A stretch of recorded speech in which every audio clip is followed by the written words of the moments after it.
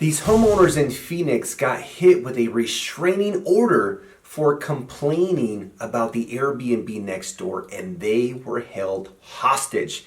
Let's check out this article together. A retired Phoenix couple was slapped with a restraining order after repeatedly complaining about a short-term rental house next door that hosts wild parties that make them feel like they're being held hostage inside their home. So here's the thing. You can technically not complain about a short-term rental next door if they are operating within their legal compliance. Like if they have a permit to operate as a short-term rental, you can't complain about them operating as a short-term rental because they are operating with full permits and within the regulation. Now, obviously, if they're throwing parties and Airbnb doesn't allow parties, then that does create an issue. But the owners of that Airbnb, they are fully protected because, again, they are operating, I sound like a broken record, but it's just the truth. They have permits, right? So you can't really do anything about it. The reason we have so much regulation today is because of people like,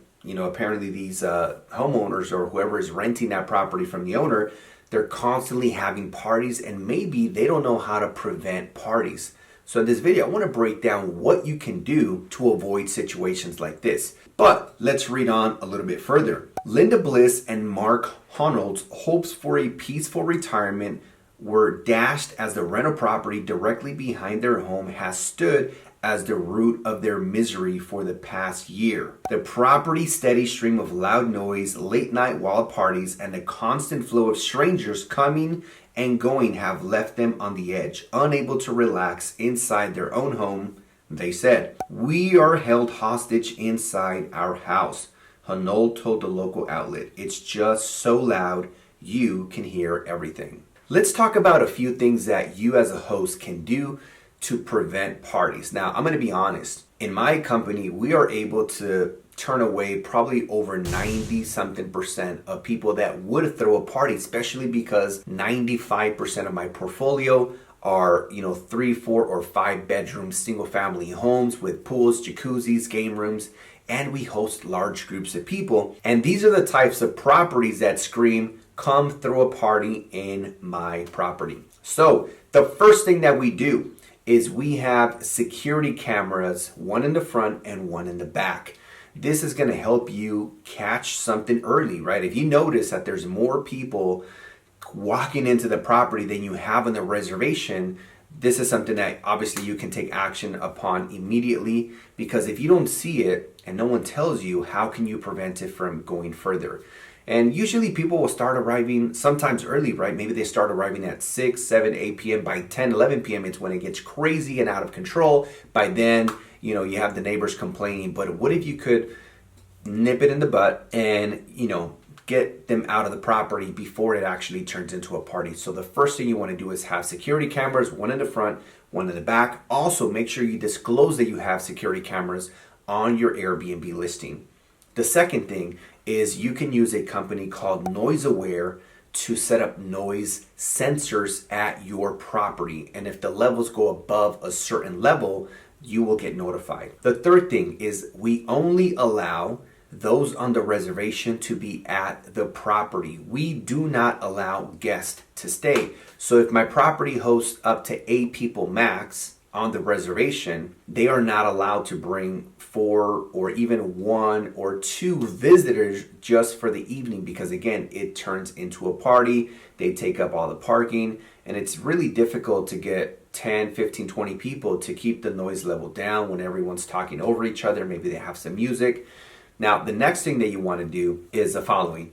If you notice that you have somebody trying to book, especially if it's a last minute booking, and they are from the same city, booking last minute, it's a new Airbnb account, they have no reviews, that alone should be a red flag. If you have an Airbnb in Los Angeles, for example, and someone's coming from Florida, it's unlikely that the person from Florida is going to come to LA just to throw a party, right? It's just unlikely. Not impossible, but highly unlikely. The people who usually throw a party are people who live in the same city or nearby. A couple other things that we do is anytime we have somebody booking our property, we let them know in our description and in the welcome message that only those on the reservation are allowed to be at the property. At no time are they allowed to bring any guest. And then if it's you managing the property, you want to make sure that you set up a Ring camera. This way you get notified when people arrive to your property.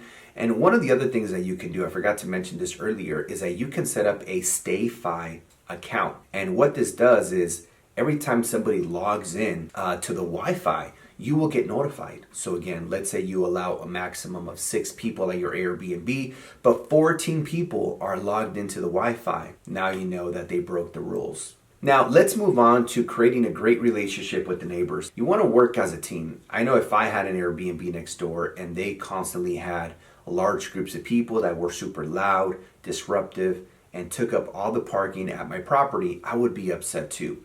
And so you want to make sure you work with the neighbors. So as soon as you set up a new short-term rental, you want to make sure you introduce yourself to the neighbors on the left, right, across, and even behind you. Introduce yourself, give them your business card or your contact information.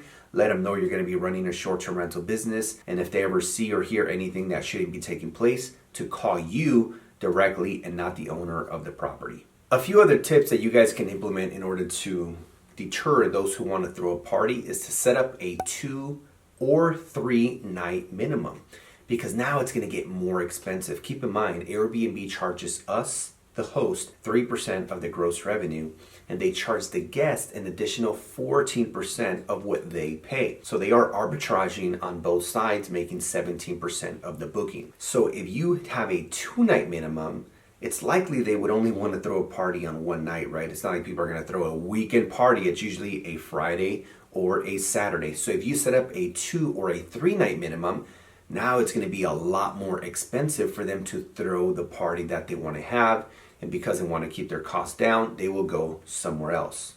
And then finally, make sure you ask your guests to park all their vehicles in the driveway. And this is why anytime you are buying or subleasing or managing someone's Airbnb, you should make sure to have a minimum of 2 dedicated parking spaces, ideally in the driveway, so that your guests do not take up all the parking on the street and then upset the neighbors. That being said, I'd love to hear your guys' take on this situation. Please let me know, what do you guys think in the comments down below? And also check out the description. Follow me on Instagram where I post content every single day. Don't forget to like, subscribe, and I'll see you guys on the next one.